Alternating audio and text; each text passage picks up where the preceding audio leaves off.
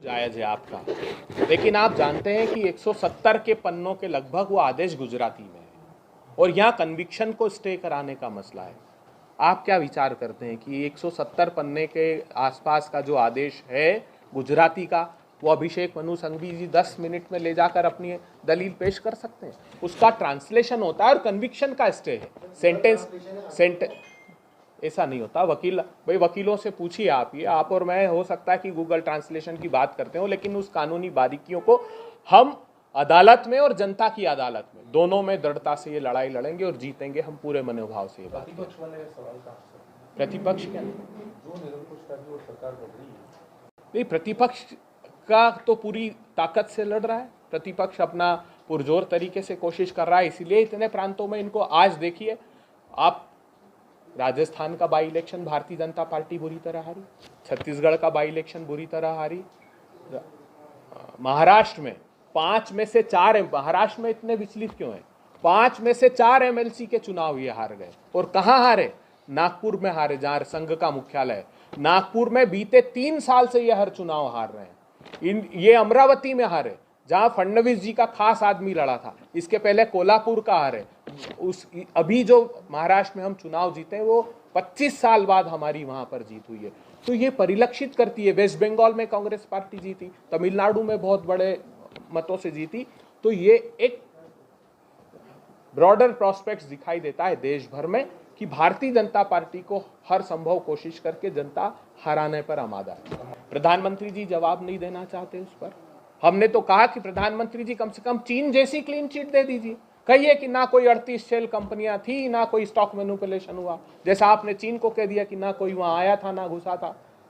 उनके पास जवाब देने के लायक कुछ भी बचा नहीं है। सर्वोच्च अदालत के बार बार ये कहा जाता है, प्रश्न पूछा जाता है कि आप जब सुप्रीम कोर्ट ने एक कमेटी बना दी जांच के लिए, तब कांग्रेस को क्या तकलीफ है? सुप्रीम कोर्ट ने जब कमेटी बनाई तो भी सरकार गुपचुप रूप से एक सील बंद लिफाफा लेकर पहुंच गई और ये कहा कि साहब हमारे लोगों से जांच करा दीजिए।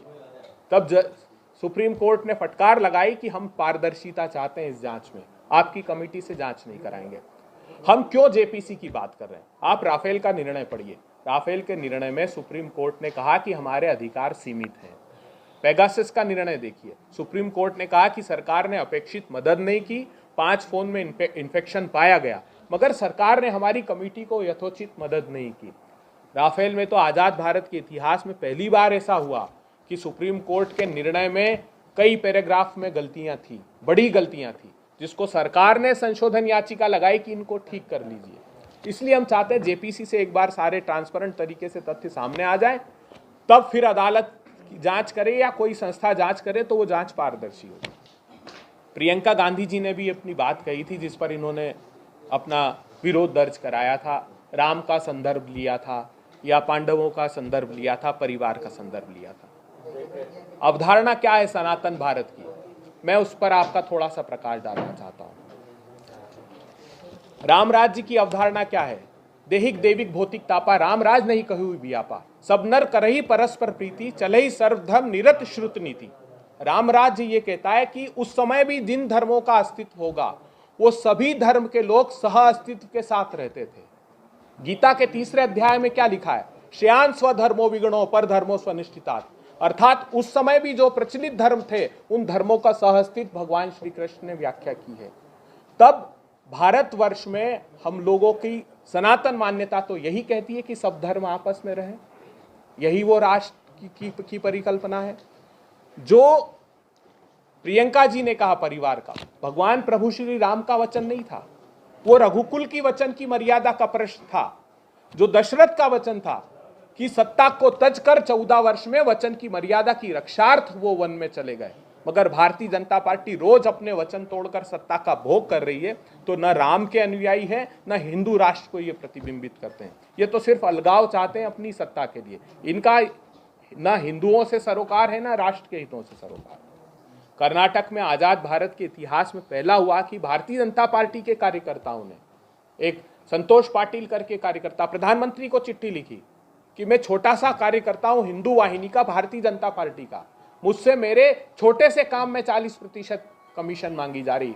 नई समाधान निकाला प्रधानमंत्री जी ने, उसने आत्महत्या कर ली। वहां कॉन्ट्रैक्टर्स एसोसिएशन सड़कों पर है, उन्होंने कहा 40% से कम में कोई काम करने को तैयार नहीं। उसका परिणाम है कि मंत्री, विधायक और उनके बेटे के 8-8 करोड़ रुपए निकलते हैं नगद, कोई ईडी, कोई सीबीआई, कोई जांच नहीं होती।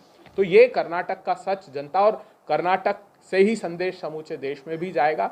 भारतीय जनता पार्टी को कर्नाटक की जनता सबक सिखाने को आमादा है और तैयार है। देखिए, भारतीय जनता पार्टी के ये दावे किस बुनियाद पर है?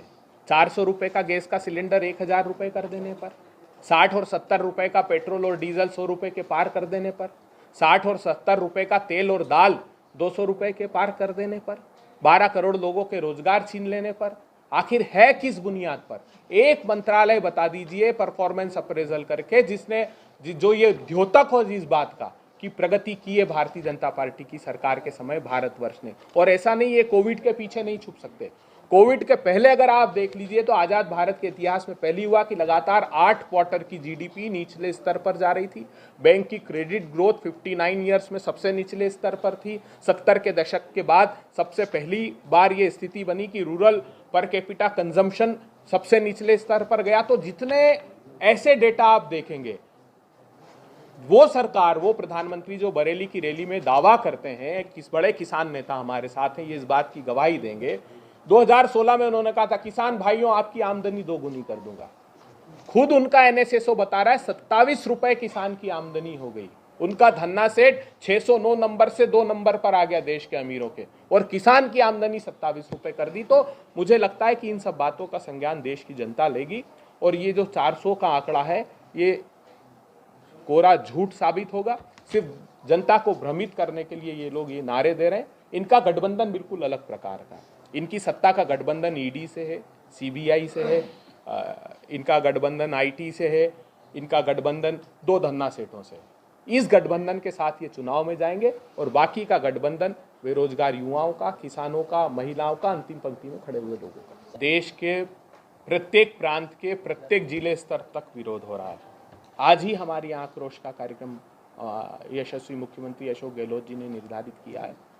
हाँ, ये जरूर है कि कहीं अपेक्षित सहयोग हमारा उतना, आप लोग सब तो जागरूक हैं, राजस्थान की भूमि से तो वो सवाल नहीं खड़े होते, लेकिन किसी स्तर तक उतना प्रभावी तरीके से जो दिखाया जाना चाहिए वो नहीं दिखाया जा रहा है। लेकिन सोशल मीडिया से कुछ मेन स्ट्रीम मीडिया हैं जो सहयोग कर रहे हैं, और हम दृढ़ता से ये लड़ाई लड़ेंगे और जनता इस लड़ाई को जीतेगी। मैं आखिरी बात आपसे ये करना चाहता हूँ, देखिए जो मोडस ऑपरेंडी इन्होंने इस केस में अपनाई, हाई कोर्ट से स्टे लेने की, एक बात का और खुलासा होना चाहिए। नेशनल हेराल्ड के केस में आरोप लगाते हैं कि बेल पर है, बेल पर है।